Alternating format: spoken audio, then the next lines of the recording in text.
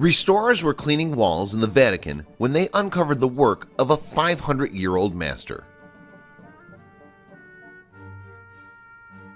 Despite the fact that the Vatican City in Rome is the world's smallest country, it has one of the most stunning collections of Old Masters art anywhere on the planet.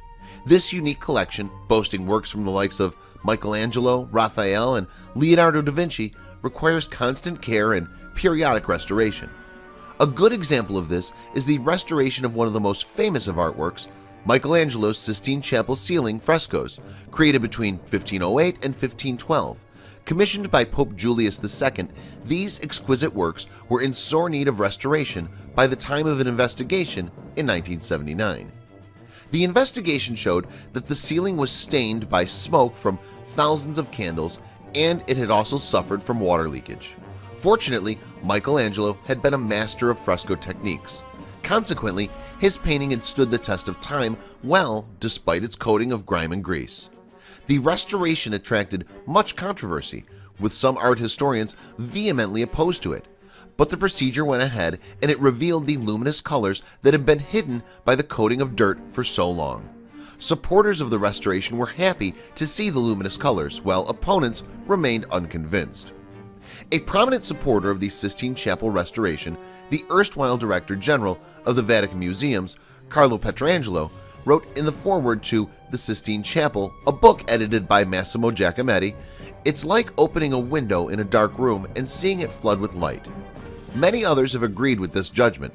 However, the entire controversy shows how intense the debate around conservation can become. In March of 2015, conservators at the Vatican started a less controversial, though hardly less important, project at the Vatican Palace. This was the conservation and restoration of the stunning frescoes in the Vatican Palace's Constantine Hall, painted by Raphael. In fact, the artist and his assistants painted frescoes in 4 rooms at the palace, which have come to be known as the Raphael Rooms. Raffaello Sanzio da Urbina, to give him his full name, was born in 1483 in the Italian city of Urbino. His father was a court painter there for the Duke of Urbino. By the time he was 11, both of Raphael's natural parents were dead, and he was brought up by his stepmother, his father's second wife. Raphael showed talent as an artist from an early age and is said to have helped his father in his work. However, the details of Raphael's training as an artist are somewhat murky. Be that as it may, he was almost certainly apprenticed to a master while still young. He probably worked as an assistant to the Umbrian artist Pietro Perugino, one of whose works is shown here from about 1500, when Raphael was 16 or 17. The first certain Raphael work was an altarpiece completed in 1501 for the St. Nicholas of Tolentino church at Città di Castello, a town about 30 miles from Urbino. Success as an artist seems to have come early for Raphael. Consequently, he was commissioned to do work in other churches and in the city of Siena. Raphael's burgeoning talent was evidently quickly recognized. In 1508, he and members of his studio were summoned by Pope Julius II to Rome. There they worked on the 4 rooms at the Vatican Palace mentioned earlier. Their brief was to completely redecorate the interior of each room. This was a signal honor for an artist so young. Indeed, Raphael was still only 25. In fact, Raphael is widely acknowledged as one of the trinity that forms the core of the great artists of the High Renaissance in Italy. The other 2 are Michelangelo and Leonardo da Vinci. Eminent company indeed. Michelangelo, 30 years Raphael's senior, is said to have intensely disliked the younger artist. Perhaps he was jealous of Raphael's youthful success. One of the 4 rooms was the Sala di Constantino, or Hall of Constantine, named for the Roman Emperor Constantine. Constantine ruled from 306 to 337 and was distinguished by the fact that he was the first emperor to convert to Christianity, although not until he was near death. Nevertheless, he was and is a revered figure within the Catholic Church. Raphael first started work on the Room of the Signatura, which was where Julius II kept his library. This not only housed an important collection of books, but also acted as a storehouse for significant Vatican documents. The first fresco that Raphael worked on was the Disputation of the Holy Sacrament, shown above. This portrays both the worldly and the heavenly church. Raphael then went on to paint the Room of Heliodorus, a private room that the Pope likely used for audiences. This was followed by the third of the four chambers, the fire in the Borgo room. It was named for the story of an earlier pope extinguishing a serious fire in Rome by making the sign of the cross. This left the largest room, the Hall of Constantine, to do.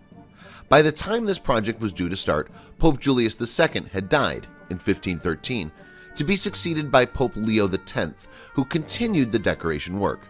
Unfortunately, there had also been another important death, that of Raphael himself at the tragically young age of 37 on Good Friday in 1520. Raphael's death meant that for many years it was believed none of his original painting was in the Constantine Hall. Rather, the frescoes there were actually the work of members of his studio and other artists. But a stunning find during the restoration of the hall has turned that idea on its head. It turns out two of the figures in the elaborate frescoes on the Constantine Hall walls are now believed to have been painted by Raphael himself rather than by one of his assistants. This did not become apparent until the restoration work on the hall got underway.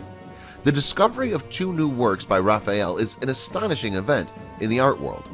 The Italian newspaper La Stampa quoted one of the conservators, Fabio Piacentini, as saying, "By analyzing the painting, we realized that it is certainly by the great master Raphael.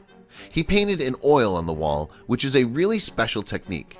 The cleaning and removal of centuries of previous restorations revealed the typical pictorial features of the master."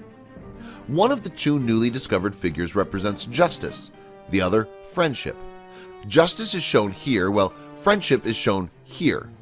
The use of oil to paint is itself unusual and not the commonly used technique of fresco painting.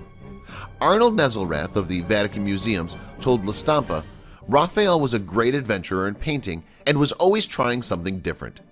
A haunting truth about these two figures is that they're very likely to have been the final works that Raphael painted before his untimely death.